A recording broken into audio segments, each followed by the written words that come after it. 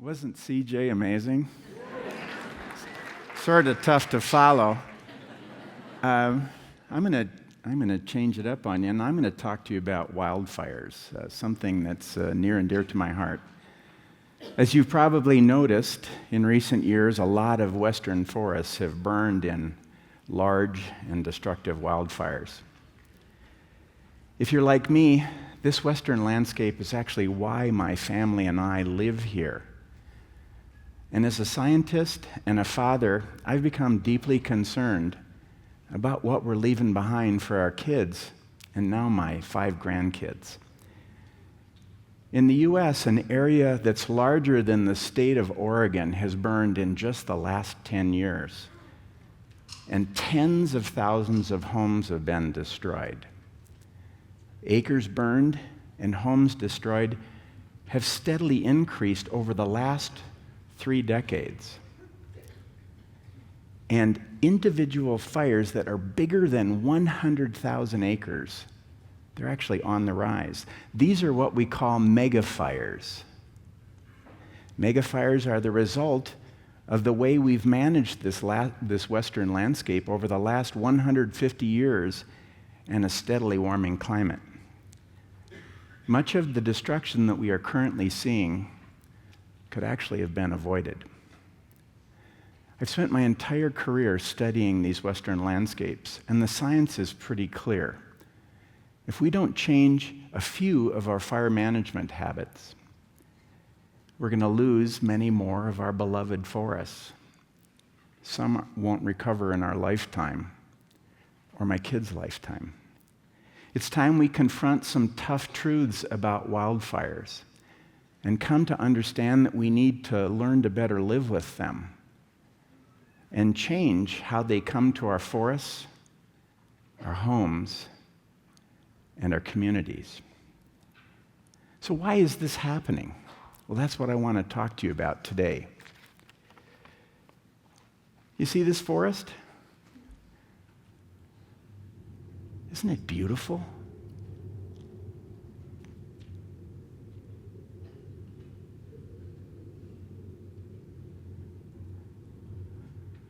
Well, the forests that we see today look nothing like the forests of 100 or 150 years ago.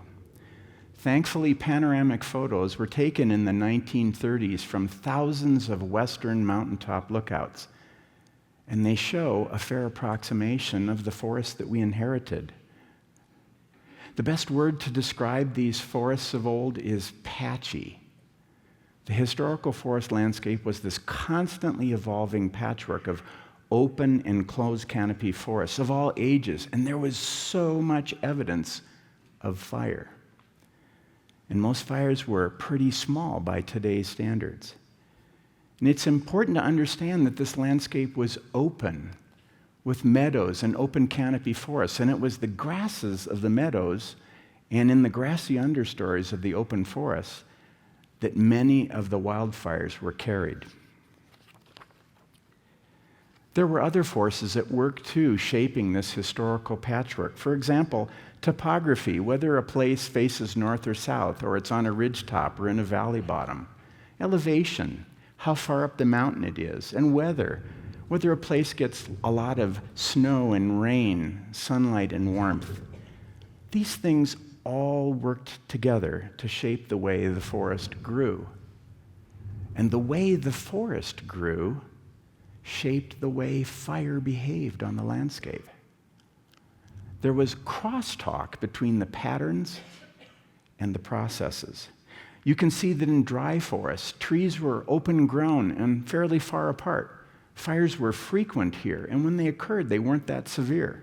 While further up the mountain, in the moist and the cold forests, trees were more densely grown and fires were less frequent, but when they occurred, they were quite a bit more severe. These different forest types, the environments they grew in, and fire severity, they all worked together to shape this historical patchwork. And there was so much power in this patchwork. It provided a natural mechanism to resist the spread of future fires across the landscape. Once a patch of forest burned, it helped to prevent the flow of fire across the landscape.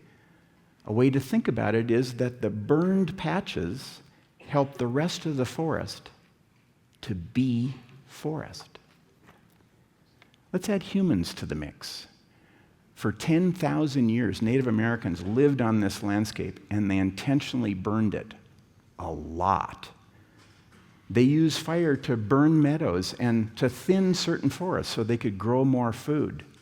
They used fire to increase graze for the deer and the elk and the bison that they hunted.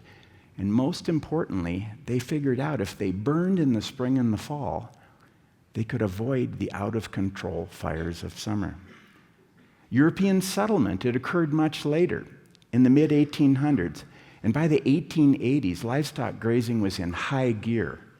And if you think about it, the cattle and the sheep, they ate the grasses, which had been the conveyor belt for the historical fires. And this prevented once frequent fires from thinning out trees and burning up dead wood. Later came roads and railroads, and they acted as potent fire breaks, interrupting further the flow of fire across this landscape. And then something happened which caused a sudden pivot in our society. In 1910, we had a huge wildfire. It was the size of the state of Connecticut.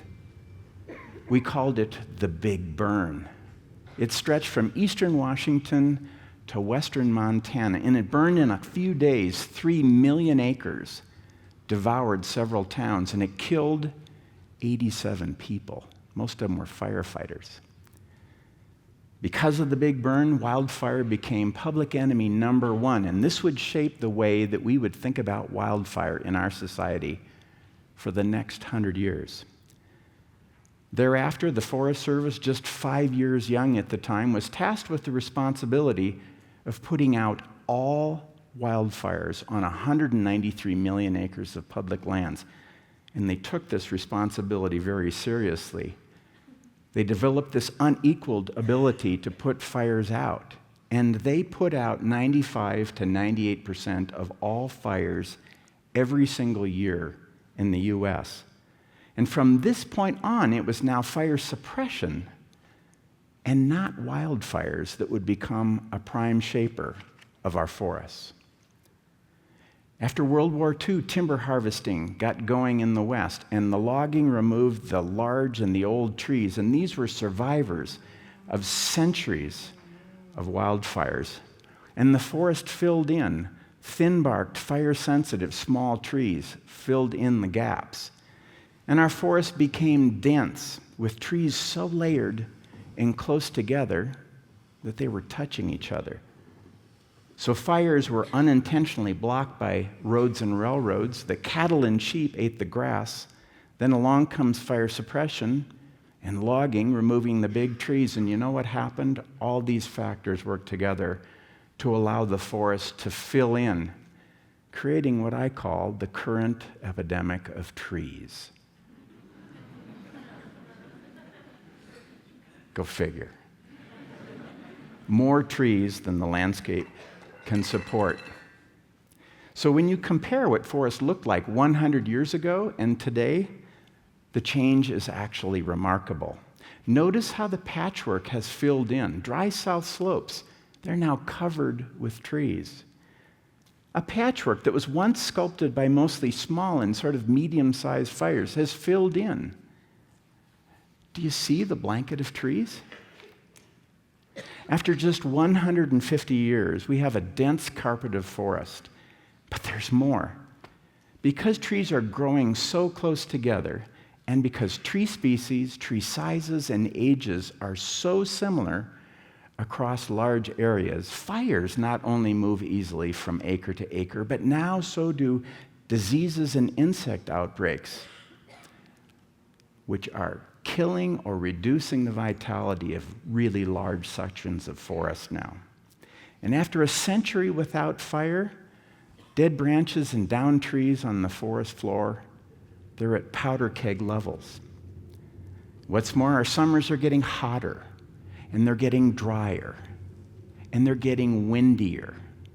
And the fire season is now 40 to 80 days longer each year. Because of this, climatologists are predicting that the area burned since 2000 will double or triple in the next 3 decades. And we're building houses in the middle of this. 2 recently published studies tell us that more than 60% of all new housing starts are being built in this flammable and dangerous mess. So when we do get a fire, large areas can literally go up in smoke. How do you feel now about the forest image that I first showed you? It scares the heck out of me. So what do? We need to restore the power of the patchwork. We need to put the right kind of fire back into the system again. It's how we can resize the severity of many of our future fires. And the silver lining is that we have tools and we have know-how to do this. Let's look at some of the tools. We can use prescribed burning to intentionally thin out trees and burn up dead fuels. We do this to systematically reduce them and keep them reduced. And what is that going to do? It's going to create already burned patches on the landscape that will resist the flow of future fires. We can combine mechanical thinning with some of these treatments where it's appropriate to do so and capture some commercial value and perhaps underwrite some of these treatments, especially around urban areas. And the best news of all is that prescribed burning produces so much less smoke than wildfires do. It's not even close. But there's a hitch. Prescribed burning smoke is currently regulated under air quality rules as an avoidable nuisance. But wildfire smoke, it simply gets a pass. Makes sense, doesn't it? So you know what happens? We do far too little prescribed burning, and we continually eat smoke in the summers from megafires. We all need to work together to get this changed. And finally, there's managed wildfires. Instead of putting all the fires out, we need to put some of them back to work, thinning forests and reducing dead fuels. We can herd them around the landscape when it's appropriate to do so to help restore the power of the patchwork. And as you've probably figured out by now, this is actually a social problem. It's got ecological and climate explanations, but it's a social problem, and it'll take us humans to solve it. Public support for these tools is poor. Prescribed burning and managed wildfires are not well supported. We actually all simply want fires to magically go away and take that pesky smoke with them, don't we? But there is no future without lots of fire and lots of smoke. That option is actually not on the table. Until we, the owners of public lands, make it our high priority to do something about the current situation, we're going to experience continued losses to megafires. So it's up to us. We can spread this message to our lawmakers, folks who can help us manage our fires and our forests. If we're unsuccessful, where will you go to play when your favorite places are burned black? Where will you go to breathe deep and slow? Thank you.